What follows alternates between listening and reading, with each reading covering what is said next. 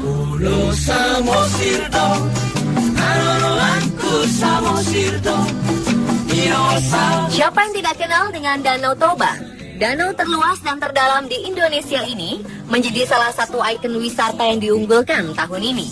Presiden Jokowi mengumumkan bahwa Danau Toba menjadi prioritas pengembangan destinasi tahun 2016. Bagi masyarakat sekitar, danau vulkanik ini menyimpan beragam mitos yang masih dipercayai hingga kini. Mulai dari ikan mas raksasa yang bersemayam di dasar danau sampai sosok wanita berwajah rata. Inilah 7 mitos sosok di Danau Toba.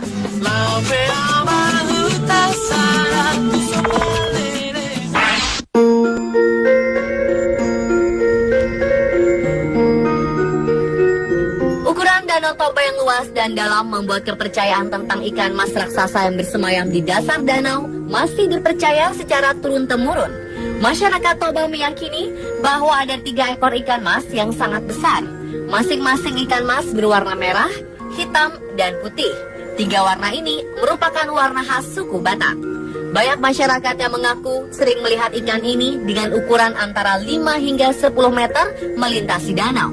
Nelayan di perairan Toba selalu gelisah saat rombongan ketiga ikan ini lewat karena akan merusak perangkap jala mereka.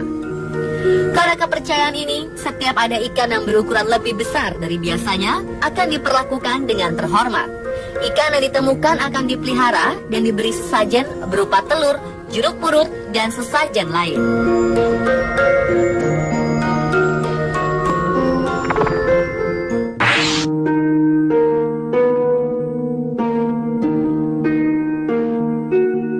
Sosok berikutnya adalah seekor naga penjaga Danau Toba. Konon kabarnya, naga ini adalah anak leluhur Toba yang menjaga danau agar tidak kering. Naga ini masih sering muncul hingga sekarang. Beberapa nelayan yang sedang menjala ikan di danau kadang sering bertemu makhluk besar bersisik seperti ular besar berenang di danau. Namun belum ada yang bisa membuktikan keberadaan naga ini. Dengan luas dan dalamnya danau, kepercayaan tentang naga ini tetap dianggap masuk akal. Panjang naga diperkirakan setengah dari keliling Danau Toba. Jadi, yang masih leluasa hidup di danau tersebut.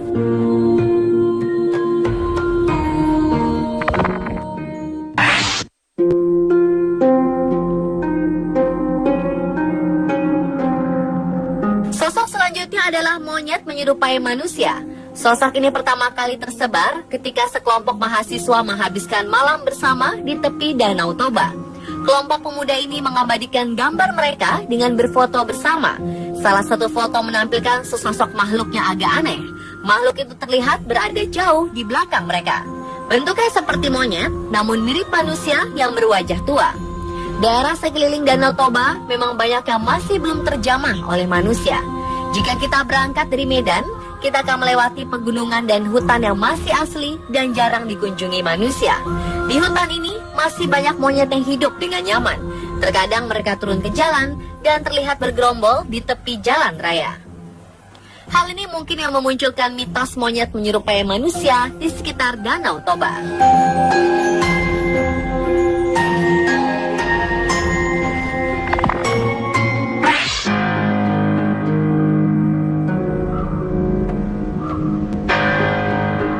Danau Toba dikelilingi oleh pegunungan yang masih asri. Hal ini membuat suhu di Danau Toba akan berubah menjadi dingin ketika malam hari.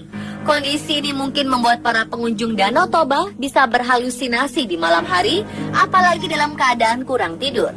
Sekelompok pemuda pernah menghabiskan malam di tepi Danau Toba.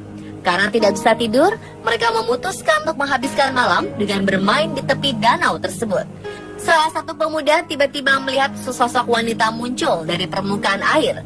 Sosok ini semakin mendekat dan betapa terkejutnya pemuda ini bahwa yang dia lihat adalah seorang wanita yang bermuka rata, tanpa mata, hidung, dan mulut. Kemunculan sosok ini membuat sang pemuda ketakutan dan berteriak seperti orang kesurupan. Rekan-rekan yang bersamanya pun berusaha menyadarkan pria ini. Namun tidak satupun yang melihat sosok perempuan berwajah rata tersebut kecuali pemuda ini. Cerita ini pun tersebar dan menjadi mitos di Danau Toba.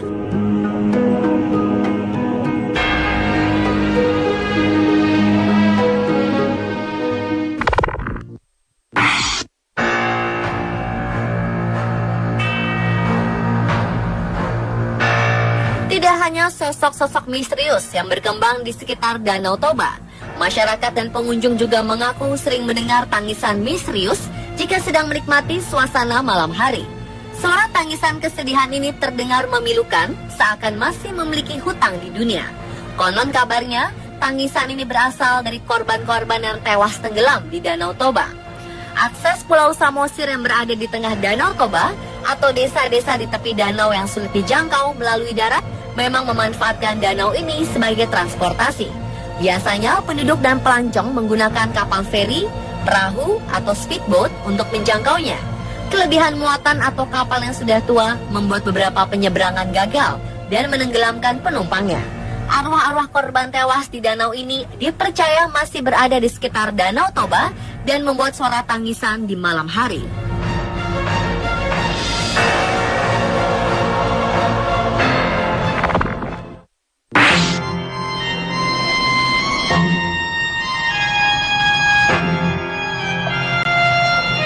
Pada akhir tahun 1948, Belanda kembali ingin merebut kemerdekaan negara Indonesia. Mereka pun membonceng tentara sekutu untuk menyerbu Indonesia.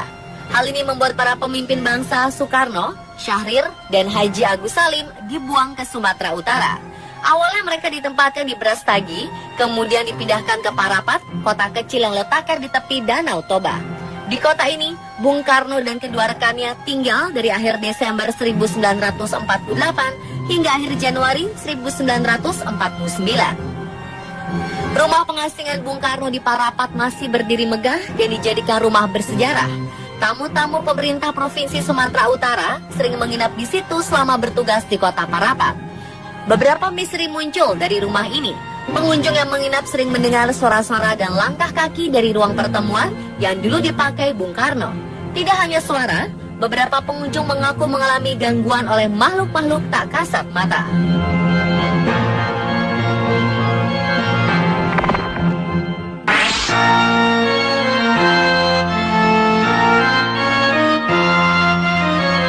Begu Ganjang dalam bahasa Toba berarti hantu yang berukuran panjang. Makhluk mistis ini sudah sejak lama dikenal oleh masyarakat Batak. Menurut penduduk di sekitar Danau Toba, Begu Ganjang kadang menghantui daerah sekitar. Keberadaannya sering dikaitkan dengan fenomena aneh seperti orang yang tiba-tiba sakit atau meninggal secara misterius. Konon, mereka yang pernah melihat menjelaskan bahwa makhluk ini sangat tinggi dan jika dilihat bisa mencekik orang yang melihatnya. Sosok ini suka berdiam di atas pohon-pohon yang tinggi. Pohon-pohon seperti ini banyak tumbuh di hutan-hutan sekitar Danau Toba. Pemirsa, itulah 7 mitos sosok di Danau Toba. Semua itu berasal dari cerita masyarakat dari mulut ke mulut. Kebenarannya masih diperdebatkan hingga sekarang.